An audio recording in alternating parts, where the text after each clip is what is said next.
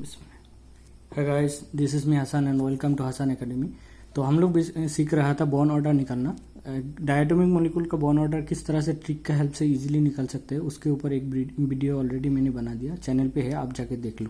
तो जिसने भी वो वीडियो नहीं देखा, पहले वो वीडियो देखो फिर यहाँ पे आओ, क्योंकि हम लोग डिस्कस करने वाले हैं क्वेश्चन जो नीट और IIT JEE में आए हुए हैं, और उस वीडियो का आधार में ही आज डिस्कस करेंगे। तो पहले वो देखना होगा, तभी आपको समझ में आएगा।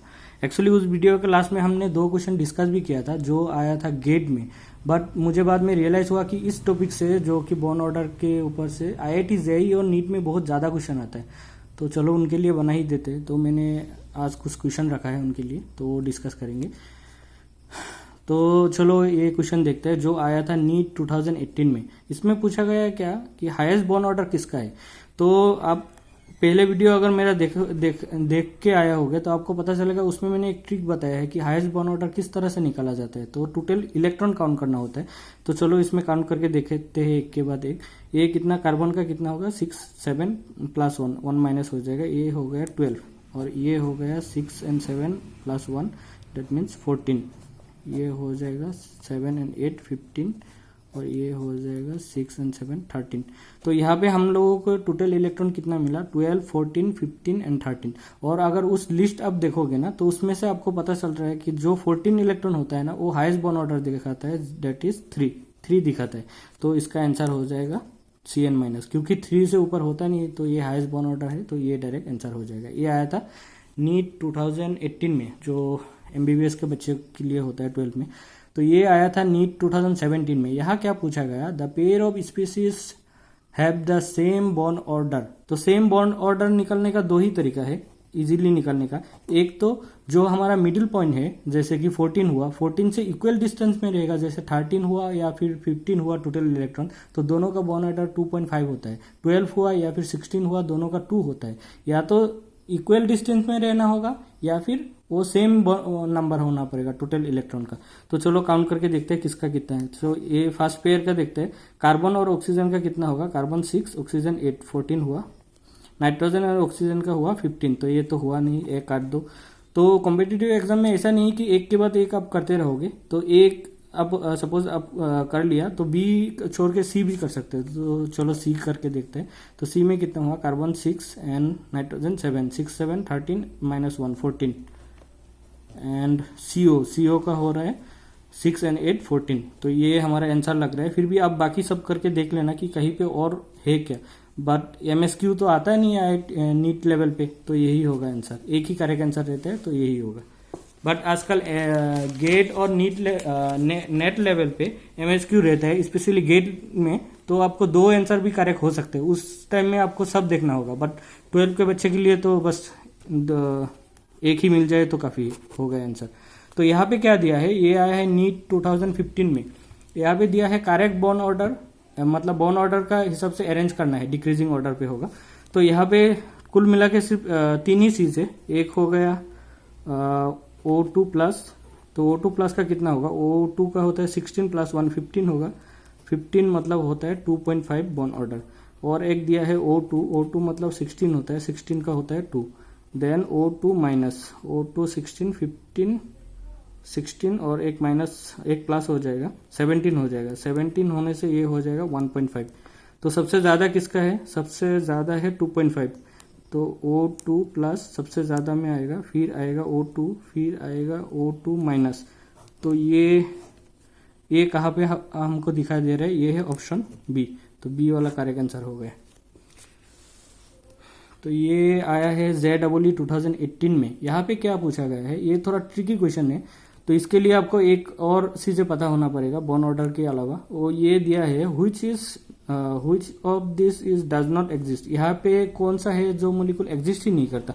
तो चलो पहले बॉन्ड ऑर्डर निकल लेते हैं, क्योंकि ये बॉन्ड ऑर्डर का ही क्वेश्चन है। तो हीलियम 2 प्लस 2, हीलियम 2 का कितना होगा, हीलियम का 2 होता है, 2 हीलियम का होगा 4 प्लस 2, तो 4 माइनस 2, डेट मीन्स ये हो गया 2 हो गया टोटल इलेक्ट्रॉन। और हीलियम 2 प्लस ये हो गया 4 प्लस 1 3 हो जाएगा। H2 माइनस, इसका भी टोटल इलेक्ट्रॉन 3 हो जाएगा। H2 2 माइनस, हाइड्रोजन 2 का 2 होगा और 2 इलेक्ट्रॉन एक्स्ट्रा से है तो 4 होगा।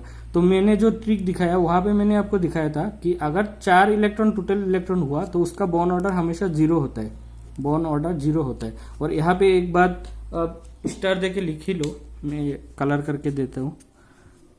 If bond order equal to 0, अगर बॉन्ड ऑर्डर 0 हुआ that doesn't exist, molecule exist नहीं करता। तो ये मैंने लास्ट क्लास में भूल भी गया था बोलने के लिए, इसलिए क्वेश्चन हमको डिस्कस करना होता है, क्योंकि क्वेश्चन में वो सब बात क्लियर हो जाते हैं। बहुत सारी चीज जो थ्योरी में नहीं होता वो क्वेश्चन में हो जाते हैं।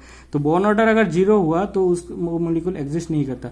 तो ये आंसर हो गया डी, H2 2 माइनस। तो ये जेई 2018 में आया है। तो जैसे ही आप देखा IIT लेवल का क्वेश्चन आया तो थोड़ा डिफरेंट तो आ जाता है। नीट लेवल में फिर भी इजी रह जाता है। नीट लेवल अभी क्वेश्चन काफ़ी सालों से इतना इम्प्रूव हो भी नहीं रहा है, सेम ही है, मगर जेई लेवल काफ़ी इम्प्रूव हो रहा है। तो ये जेई लेवल का थोड़ा ऐसा रहता ही है। तो ये जेई 2013 में आया था और एक क्वेश्चन, इसमें क्या पूछा है, स्टेबिलिटी पूछा है। तो स्टेबिलिटी बेसिकली हम कैसे निकालेंगे? स्टेबिलिटी मतलब वो होता है बॉन्ड ऑर्डर किसका ज़्यादा है वही ज़्यादा स्टेबल होता है। मैंने बोला था bond order is directly proportional to bond strength, और स्ट्रेंथ मीन्स स्टेबिलिटी हो गया। बट इसके लिए हम लोग एक फॉर्मूला और देखेंगे जिसके थ्रू से करेंगे। तो पहले हम लोग सब इसका टोटल इलेक्ट्रॉन निकाल लेते हैं। तो Li2 hydrogen helium lithium, lithium का 3 होता है, Li2 में हो जाएगा 6। फिर दिया है Li2 प्लस, तो ये इसमें हो जाएगा 5। फिर दिया है Li2 माइनस, तो इसमें क्या हो जाएगा 6 + 1 7 हो जाएगा। ठीक है, तो इसको हम कल का फॉर्मूला से भी निकाल सकते हैं, बस इसको हम ऐसे नहीं करेंगे और इजी तरीके से करेंगे।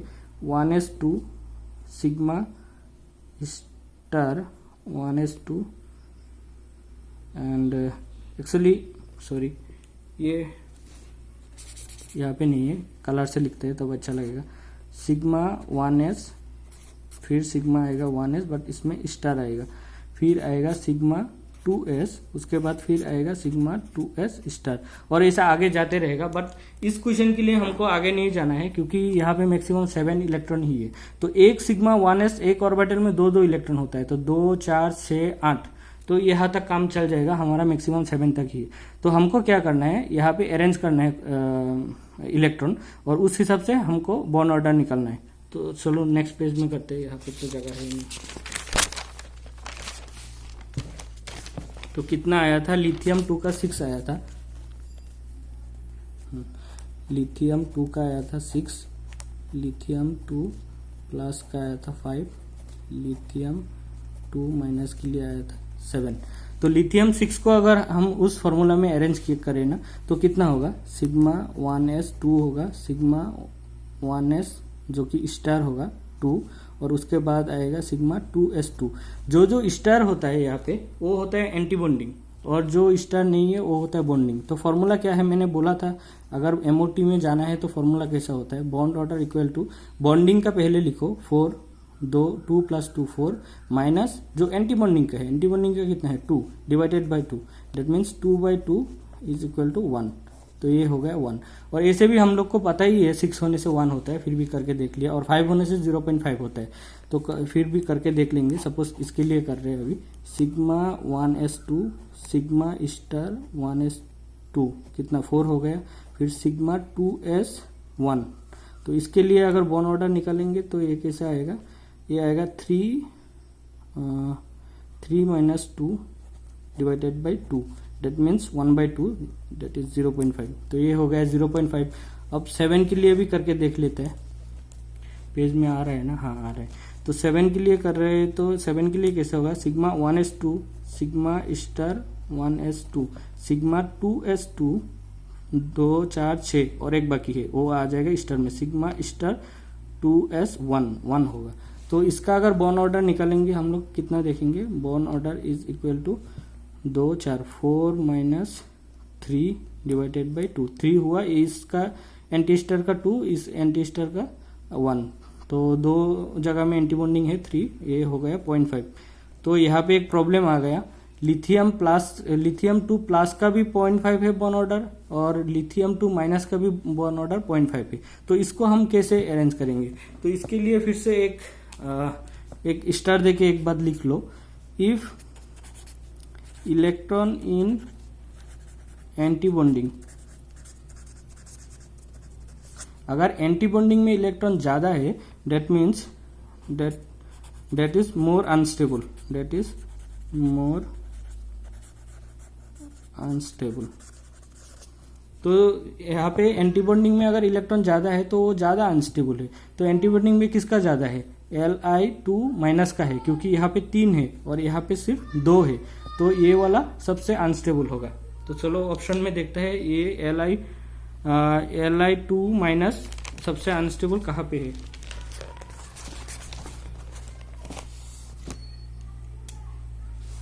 ये देखो Li2- सबसे अनस्टेबल यहाँ पे है, ऑप्शन बी। उसके बाद आएगा Li2+ जिसका 0.5, और Li2 का तो बॉन्ड ऑर्डर 1 ही होता है। तो ये हो गया आंसर। तो यहाँ तक ही था।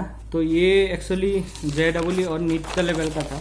एक्चुअली उनका क्वेश्चन और ज़्यादा आया हुआ है, तो यहाँ पे पॉसिबल नहीं है सब क्वेश्चन लेना। अगर किसी को और क्वेश्चन चाहिए उनके, तो आप ईमेल कर सकते हो। और जो भी नीट और IIT JEE लेवल का बाहर का लोग का ये देख रहे हो, ये प्लीज़ उनको आप फॉरवर्ड करो ताकि उनका कुछ भला हो जाए, क्योंकि उनका हर साल 2-3 क्वेश्चन तो आता ही है।